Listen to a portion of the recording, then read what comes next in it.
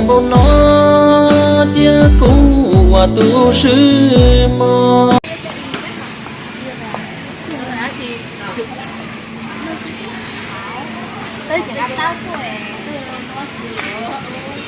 này vô chị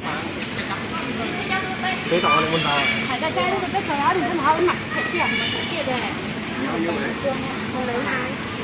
phải chắc chết được nó Tổ đi.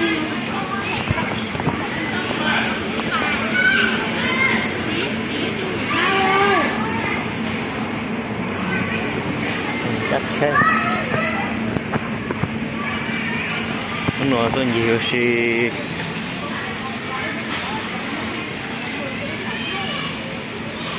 Nhớ chồng ấy cả rồi. Tôi mang ở. nên đây tập tết để tự xưa hắn tên nó Chọn bé để không nhiều đó. đây mà đọc sắp lọt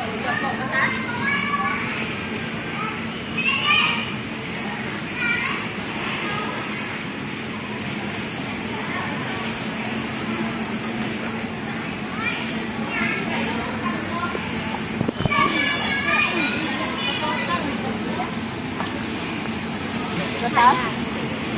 Tắm qua.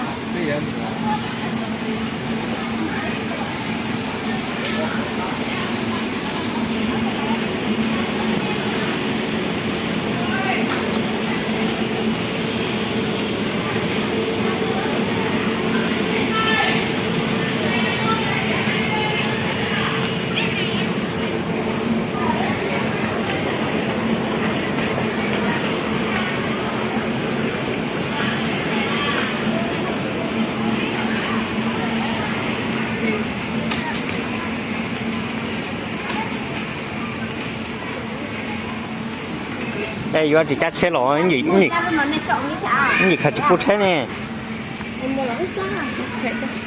thế nhưng họ khởi tao ốp đi tao thấy nên thăm những cái hảo nha Đi nói chuyện với tôi này cái không mùa. Đây là cháu. Đi nói với tôi mà sắp cái không mùa mà.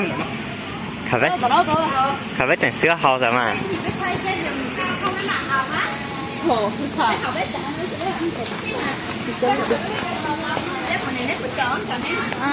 Chị chỉ lấy đến giao lý cái dòng này.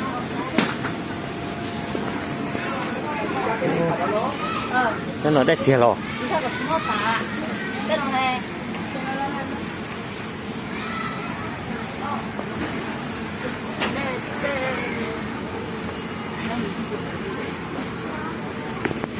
ôi trời ơi Cháu chưa?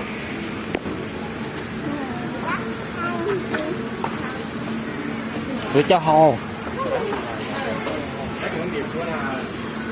chỉ mua bị số cho nó rồi mà cho nó bị số rồi mà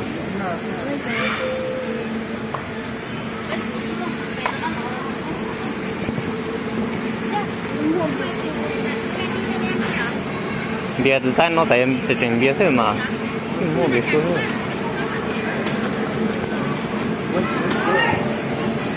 chắc mình cho cái post và chỉ lừa đấy mà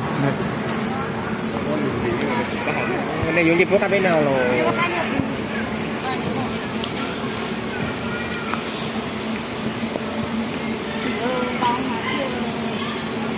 Tên nó tê tao một lời hả? nó xin tao liêu không vẫn nó chỉ ta cho chúng mình nghe gì bác sư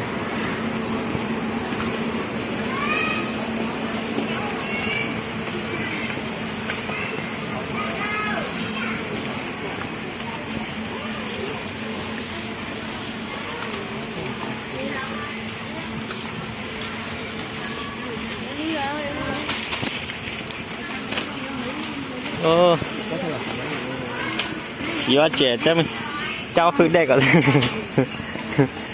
nó phải chanh mà Đeo cái báo gần như cái này nó trộn như này. Đi nhà muốn đi. Cái thằng con nào chưa?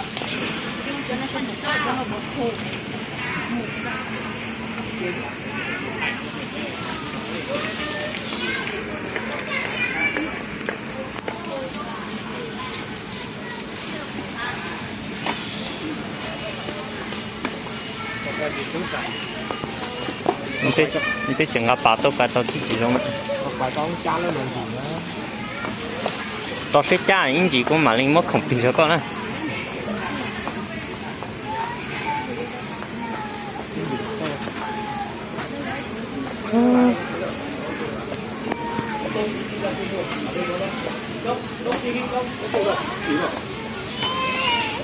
đây có bắn đâu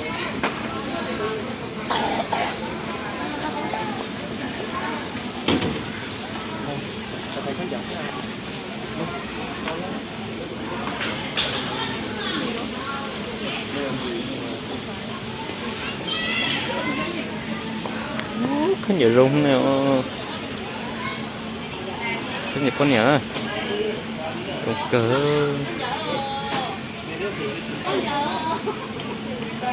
Kan giờ rong như.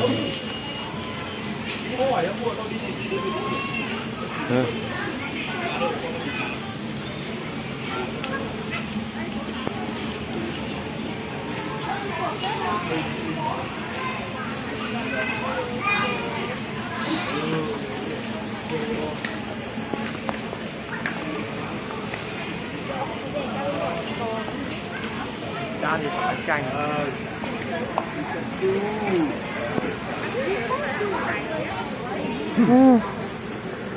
Rồi. Còn gì lúc rong phục tướng này à.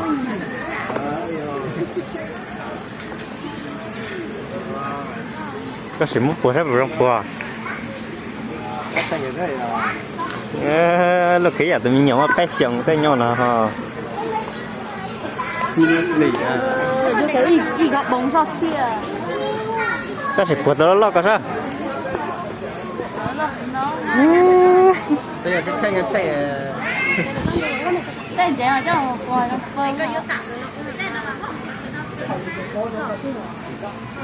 Nhiều cái bọc cơ. Nó đi. Cho con mẹ giàu cho.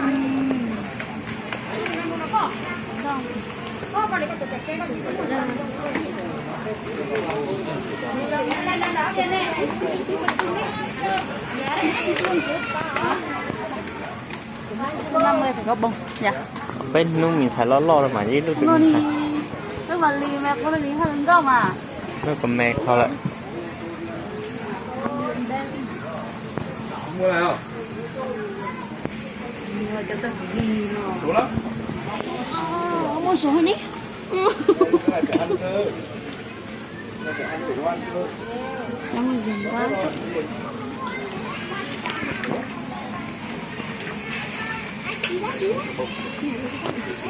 Kita tonton. Tonton. Tonton di sana. Để cho nó mù. Cái phết này mà. chả xúc cát nó con nhỉ nhưng có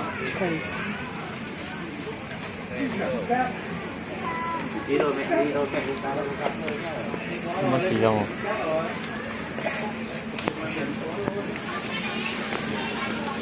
Cái này là mùi nè đó cơ. Nhiều cần đó tại sẽ chỉ dùng quá.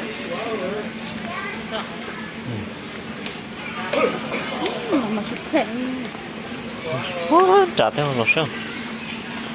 Mất gì đâu. Phụ kiện. Cái này là cái gì? Phụ kiện lan rắc.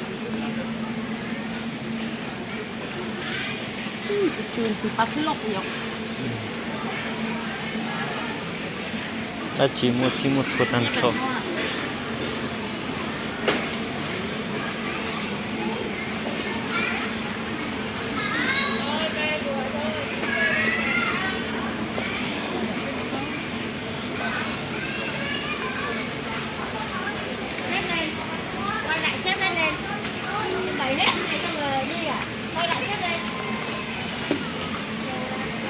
Dữ là gì không ạ? Vô cái tay được. Gom vòng Nó á.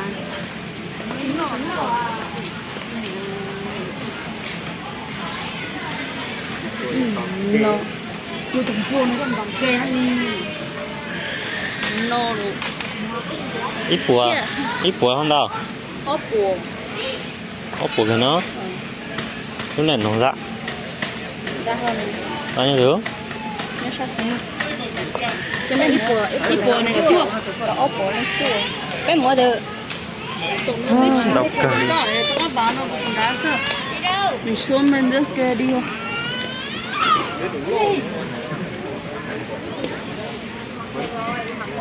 con ơi con đây mà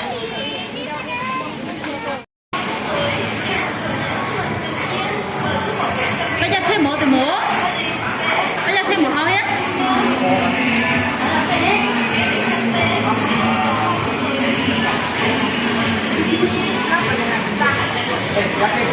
đi chào nó là ngủ lên thùng thấu lên cho thùng thấu này em nó bảo con nó à là chip pucat rồi là chip pucat rồi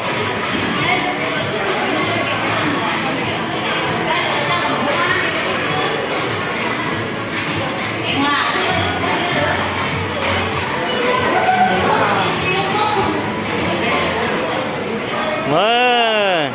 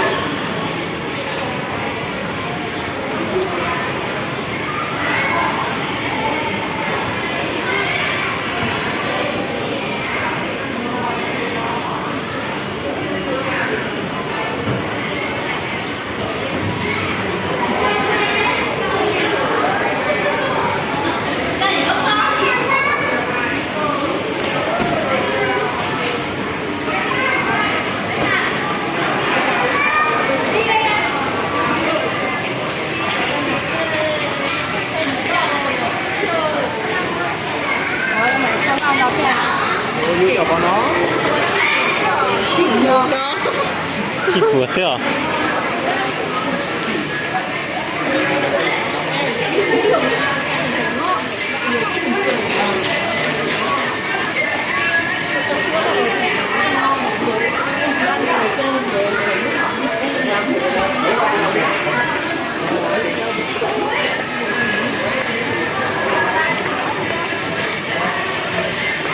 mua từ nó mà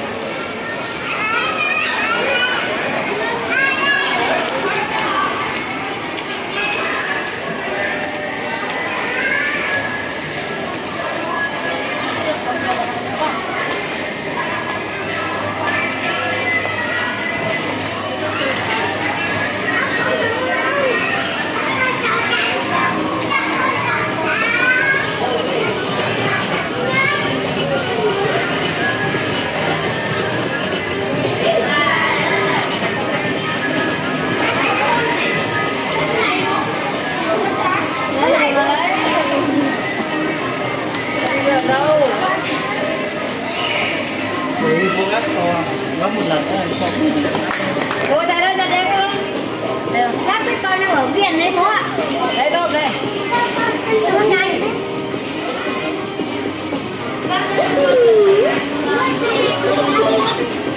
đấy chắc là nó hạ ra mà nó lừa đấy được đâu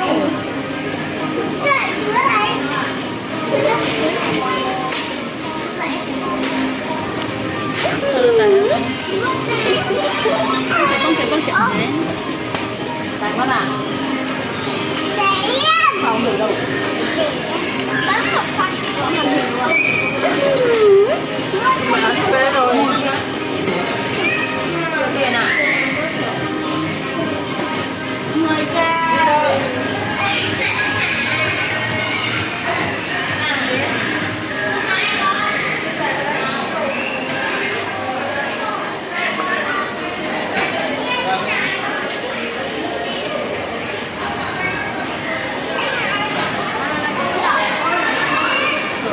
Ô mà Nè, cháu thả ơi. Nhớ.